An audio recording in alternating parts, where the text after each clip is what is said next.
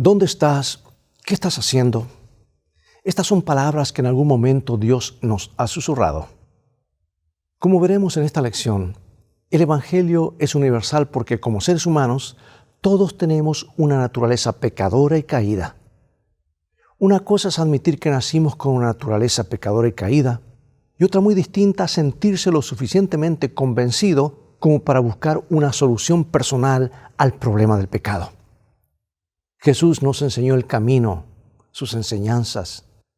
Nos mostró el camino, su ejemplo, y nos hizo un camino, su muerte y resurrección. Él es el Maestro, ejemplo y Salvador al mismo tiempo.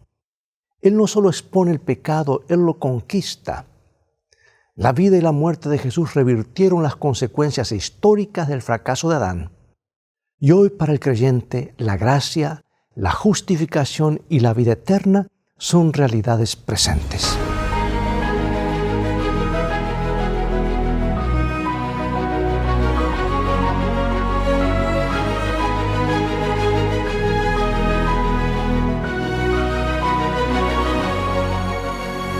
Comenzaremos con este versículo central, o como acostumbramos a decir, el versículo de memoria, ¿verdad?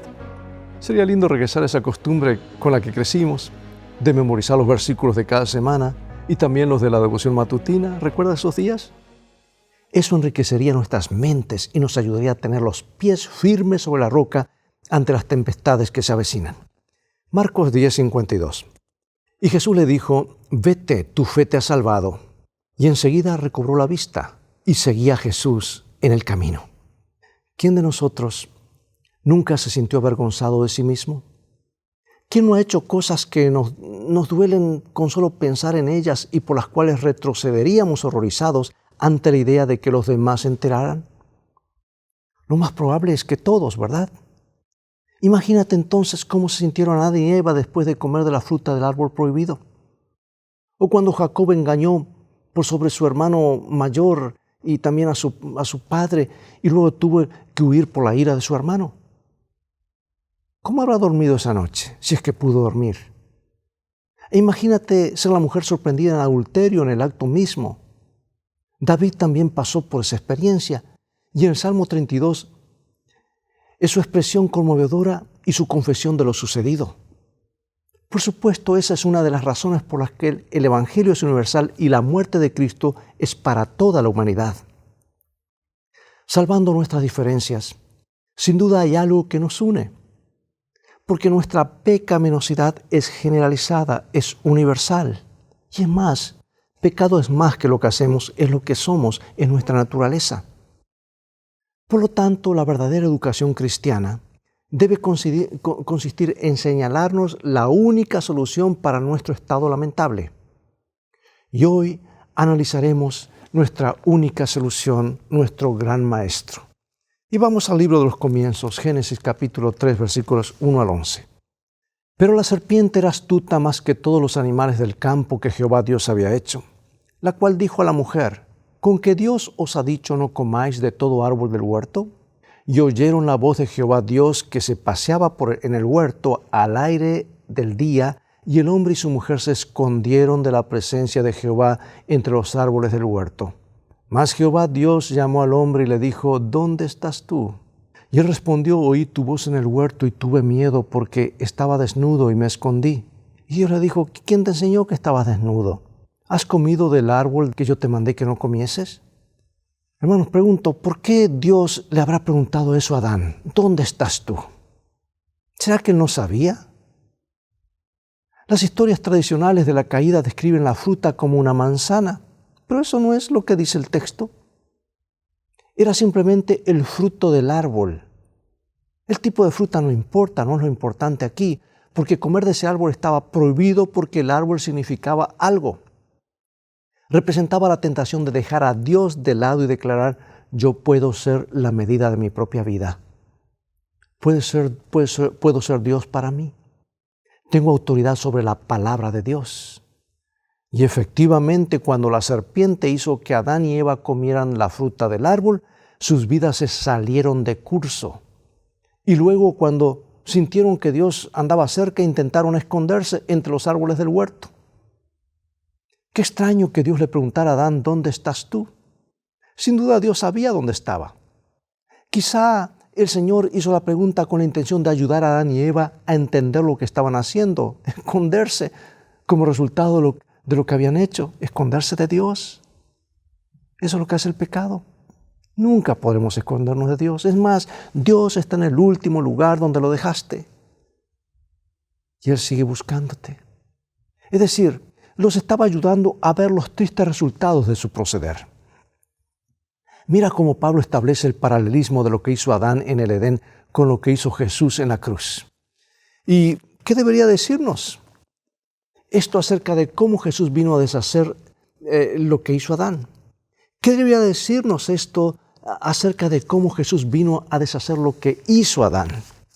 Romanos capítulo 5, versículos 2 al 19. Por tanto, como el pecado entró en el mundo por un hombre y por el pecado la muerte, así la muerte pasó a todos los hombres por cuanto todos pecaron. Pues si por la transgresión de uno solo reinó la muerte, mucho más reinarán en vida por uno solo, Jesucristo, los que reciben la abundancia de la gracia y del don de la justicia. Así que, como por la transgresión de uno vino la condenación de todos los hombres, de la misma manera por la justicia de uno vino a todos los hombres la justificación de vida. Porque así como por la desobediencia de un hombre los muchos fueron constituidos pecadores, así también por la obediencia de uno los muchos serán constituidos justos. Se podría argumentar que el plan de salvación es la contestación de Dios a la respuesta de Adán y de Eva. Ellos se escondieron de Dios por la vergüenza y la culpa de su pecado, y Dios vino a rescatarlos. Y a nuestro modo, nosotros también hicimos lo mismo. Jesús vino a rescatarnos. De allí que también se nos podría preguntar, ¿dónde estás tú? Es decir, ¿dónde estás? ¿En tu pecado y en culpa? ¿En relación con Jesús y lo que Él hizo para rescatarte? Si bien la educación cristiana es muy abarcante, ¿por qué debe implicar e incluso enfatizar el hecho de que nuestro estado natural es escondernos de Dios y luego señalarnos a Jesús como la solución? Bueno, veamos otro incidente. ¿Cuál es el contexto de esta historia y qué nos enseña acerca de la gracia de Dios para aquellos que en cierto sentido están huyendo de sus pecados? Vamos a Génesis capítulo 28, versículos 10 al 17. Y la historia de Jacob. Salió pues Jacob de Beerseba y se fue a Harán. Y llegó a un cierto lugar y durmió allí, porque ya el sol se había puesto, y tomó de las piedras de aquel paraje y puso a su cabecera y se acostó en aquel lugar. Y soñó, y aquí una escalera que estaba apoyada en la tierra y su extremo tocaba el cielo. Y aquí que ángeles de Dios que subían y descendían por ella. Y despertó Jacob de su sueño y dijo, ciertamente Jehová estaba en este lugar y yo no lo sabía. Y tuvo miedo y dijo, cuán terrible es este lugar. No es otra cosa que casa de Dios y puerta del cielo. En su trato con el resto de la familia, Jacob, con la ayuda de su madre, cayó en crueles engaños. Vemos en la historia, que es interesante esta historia porque, hermanos, se aplica a cada uno de nosotros también. ¿Cuántas veces repetimos lo mismo? Y ahora su hermano está respirando amenazas violentas contra él. Y él se ha convertido en un fugitivo que se dirige hacia la casa de su tío en Harán. Todo es inestable y aterrador. Y un día Jacob avanza penosamente hasta que anochece y cae la oscuridad. Está en medio de la nada, con el cielo como techo. Y al encontrar una piedra como almohada, se duerme. Había huido, había corrido tanto, estaba tan cansado que se acostó. Pero la inconsciencia del sueño pronto se ve interrumpida. Recibe el famoso sueño y la escalera que ve que se apoya en la tierra y se extiende hasta el cielo. Los ángeles suben y bajan por ella. Y luego oye una voz que le dice, yo soy Jehová, el Dios de Abraham. Y la voz continúa repitiendo las promesas que Jacob conoce de la tradición familiar. Tu descendencia será inmensa. Serán una bendición para todas las familias de la tierra. Y aquí yo estoy contigo, continúa la voz. Y te guardaré por donde quiera que fueres, porque no te dejaré hasta que haya hecho lo que he dicho. Hermosas palabras. Te animo a que leas ese relato, pero quería leerte algo aquí de lo que dice Ellen White, que escribió como Pablo mucho tiempo después acerca de esto. El libro Los Hechos de los Apóstoles, página 422. Contemplaba la visión de la escalera de Jacob, que representaba a Cristo, quien unió la tierra con el cielo. Esto es lo que está hablando de Pablo, ¿verdad? Y al hombre finito con el Dios infinito. Su fe se fortaleció al recordar cómo los patriarcas y profetas habían confiado en uno que fue su sostén y consolación y por quien él sacrificaba su vida. Sí, Pablo tuvo la misma experiencia. Y ahora Jacob se despierta y se dice a sí mismo, ciertamente Jehová está en este lugar y yo no lo sabía. Y lo que sucedió aquí es realmente impresionante, porque él nunca olvidará el lugar y le pondrá nombre. Y luego jura lealtad a Dios para toda la vida, entra en un pacto con Dios. Por eso, ¿qué podemos aprender de esta historia acerca de cómo Dios en Cristo busca alcanzarnos a pesar de nuestros pecados, a pesar de que estamos huyendo de Él? Tú puedes huir de la policía, de tu hogar, de tu familia, de tu vecindario, de tus amigos y enemigos, pero nunca podrás escapar del amor de Dios. ¿Por qué este principio debe ser el eje de la educación cristiana? Regresar a Dios. Bueno, de todos los capítulos del Nuevo Testamento, ningún comienzo es más famoso que este. En el principio era el Verbo, y el Verbo era con Dios, y el Verbo era Dios. Es como si fuese Génesis 1:1, ¿verdad? Y aquí tenemos Juan 1, nos traslada al inolvidable versículo: aquel Verbo fue hecho carne y habitó entre nosotros, y vimos su gloria, gloria como del unigénito del Padre, lleno de gracia y verdad. El mismo Dios que habló con Adán y Eva en el Edén y con Jacob en medio de la nada, ahora se presenta como persona. Dios dice el Nuevo Testamento, se personificó en Jesús. A través de Jesús podemos conocer la voluntad y los caminos de Dios, porque Jesús es Dios. Y el capítulo 1 de San Juan sigue diciendo que Juan el Bautista era un predicador tan convincente que incluso los dirigentes religiosos de Jerusalén sospechaban que podría ser alguien especial. Pero estaba preparando el camino para alguien más grande que él. Y alguien asombrosamente especial estaba a punto de aparecer, y él, Juan el Bautista, era indigno de desatar las correas de sus sandalias. Y al día siguiente vio a Jesús y declaró que era el Hijo de Dios. Y ese día y también un día después dijo que Jesús era el Cordero de Dios. Además, 2 de los seguidores de Juan el Bautista deciden seguir a Jesús. Y cuando Jesús les pregunta qué estaban buscando, los llaman rabí, que traducido es maestro. Por ende, Jesús es un rabino, un maestro, pero nunca ha habido un maestro humano como Él, porque Él es Dios. En otras palabras, Dios descendió en forma humana y en esa forma actuó como rabino, como maestro. No extrañar que Elena de White haya sido tan clara al hablar de Jesús como el maestro más grande que el mundo haya visto jamás. En definitiva, este maestro era Dios, es Dios. Y en vista de quién era Jesús, ¿por qué tiene sentido aprender de Él las mejores formas de enseñar las verdades espirituales? ¿Qué podemos aprender de Jesús acerca de por qué no solo lo que decimos es importante para enseñar, sino también lo que hacemos? Bueno, tenemos otra lección del gran maestro. El verdadero carácter de Dios brilla a través de su enseñanza y también en su vida. Por lo tanto, un relato de los evangelios es aún más asombroso porque muestra que cuando alguien le replica a Jesús, Él todavía lo escucha. ¿Recuerda la historia del encuentro de Jesús con una gentil, una cananea de la región de Tiro y Sidón?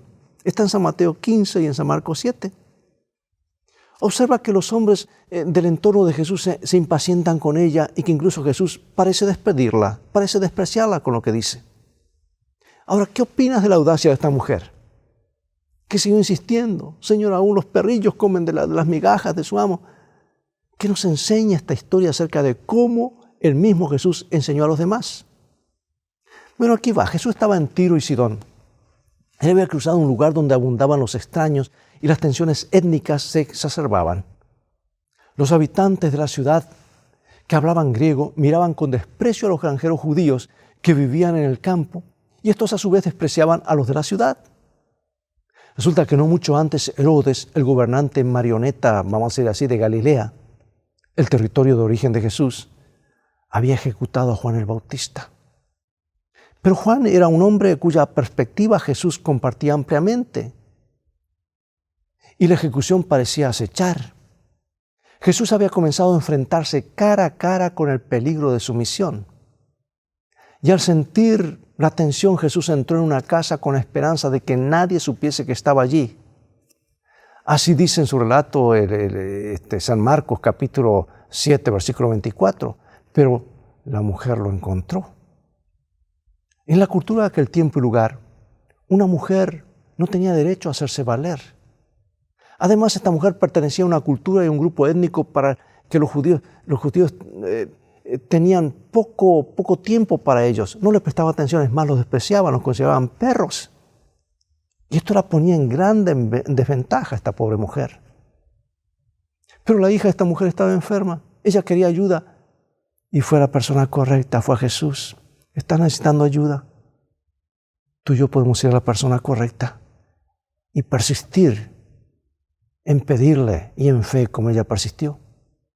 Y Jesús aparentemente la desestimó. No está bien, dijo, tomar el pan de los hijos y echarlo a los perrillos. El comentario podría haber herido los sentimientos de ella. Y entonces sucedió algo extraordinario. Y a continuación ella respondió. ¿Cómo se atrevió a responder una mujer en esa época a un hombre? Ella estaba familiarizada con los perros, por supuesto, a diferencia de los judíos que no los tendrían a ellos como mascotas. Y dijo, sí, Señor, pero aún los perrillos comen de las migajas que caen de la mesa de sus amos. Y su comentario fue determinante. Yo diría convincente. Y Jesús sana a su hija. Hágase contigo como quieres. ¿Cómo interpretamos estas palabras? No obstante, ¿cómo reaccionamos y respondemos cuando las cosas no suceden como nosotros queremos? ¿Estamos insistiendo? El hecho de pedir aumenta nuestra fe en aquel a quien nos dirigimos. Bueno, tenemos otro ejemplo. El siguiente ejemplo, Jesús y sus seguidores habían emprendido el regreso hacia Jerusalén. Así como Herodes había estado preocupado por Juan el Bautista, las autoridades, incluyendo a Herodes, ahora estaban preocupándose por Jesús, muy preocupados por Jesús. Sus seguidores incluían a los pobres y otras personas vulnerables que desesperadamente esperaban un cambio. Y Jesús quería traer esperanza al mundo por sobre todas las cosas, no un cambio político. Pero a estas alturas estaba seguro de que quienes tenían mayor poder y privilegios iban a hacer todo lo posible para anular esta misión. Se le iban a oponer. No querían que él tuviese éxito. En cuanto al círculo íntimo de los alumnos de Jesús, los 12 discípulos parecían estar ansiosos por estar al lado de Jesús, pero al mismo tiempo parecían desconcertados o ciegos. Estaban buscando otros intereses. Por ejemplo, en Marcos 8, el gran maestro desafía a sus alumnos a ver las cosas que a ellos les resultaba difícil ver. Es decir, en muchos sentidos todavía estaban espiritualmente ciegos a lo que realmente importaba. Y todo esto forma parte del contexto del encuentro de Jesús con alguien que sí ve. Lee la historia de Jesús y la curación de Bartimeo, un mendigo ciego. San Marcos capítulo 10, versículo 46 en adelante. Entonces vinieron a Jericó, y al salir de Jericó, él y sus discípulos y una gran multitud, Bartimeo, el ciego hijo de Timeo, estaba sentado junto al camino mendigando. Y oyendo que era Jesús Nazareno, comenzó a dar voces y a decir, Jesús, hijo de David, ten misericordia de mí. Y muchos le reprendían para que callase, pero él clamaba mucho más, Hijo de David, ten misericordia de mí. Entonces Jesús, deteniéndose, mandó llamarle, y llamaron al ciego diciéndole, ten confianza, levántate, te llama. Él entonces, arrojando su capa, se levantó y vino a Jesús. Respondiendo Jesús le dijo, ¿qué quieres que te haga? Y el ciego dijo, Maestro, que recobre la vista. Y Jesús le dijo, vete, tu fe te ha salvado. Y enseguida recobró la vista y seguía a Jesús en el camino. Observa ahora la gran misericordia que muestra Jesús. Ahora detente a pensar que el deseo de ver del ciego lo lleva a su decisión de seguir a Jesús camino a Jerusalén. ¿Crees que Marcos pudo estar haciendo un contraste entre Bartimeo y los otros discípulos? ¿Cuánta luz arroja esta historia sobre lo que significa para ti ser receptivo al gran maestro? Bartimeo hubiese querido ver los rizos del pelo de un bebé y el color del trigo de la cosecha. Pero ver abarca más que solo el aspecto físico. Esta historia, en otras palabras, se refiere a ver espiritualmente. Se trata de entender el mensaje, de captar quién es realmente el gran maestro. Porque ver físicamente es una cosa. Jesús dijo que muchos tienen ojos pero no ven, oídos pero no escuchan. ¿Sabes? Esto es importante y Jesús lo sabe. Pero Jesús también sabe que el deseo más profundo de cada persona es una vida nueva y mejor. Es por eso que el autor de Hebreo nos dice en Hebreo capítulo 5, versículos 12 al 14, porque debiendo ser ya maestros, después de tanto tiempo tenéis necesidad de que se os vuelva a enseñar cuáles son los primeros rudimentos de las palabras de Dios. Ya habéis llegado a ser tales que tenéis necesidad de leche y no de alimento sólido. Y todo aquel que participa de la leche es inexperto en la palabra de justicia, porque es niño, pero el alimento sólido es para los que han alcanzado madurez, para los que por el uso tienen los sentidos ejercitados en el discernimiento del bien y del mal. ¿Qué nos enseña esto sobre la verdadera educación? Al aplicar lo que aprendemos de las Escrituras a nuestra vida, es útil que nos preguntemos, ¿cómo aplico los principios de este libro a mi vida? ¿Estamos aplicando solamente un conjunto de teorías sobre lo que sea a nuestras vidas todos los días? La forma de aplicar las enseñanzas de Jesús a nuestras vidas probablemente no sea muy diferente de cómo y por qué aplicamos cualquier otra cosa a nuestras vidas. Aquí hay algunas ideas que nos pueden llevar a una mera teoría, de la mera teoría a la práctica. Utilizando por lo menos 3 principios como discípulos de Cristo. Número 1, sumergirnos en sus enseñanzas y en oración. Número 2, observar cuidadosamente cómo vivió y tener esas imágenes en la cabeza durante el día para actuar como Él. Y número 3, encontrar un oído dispuesto a compartir lo que has aprendido y cuál ha sido tu experiencia.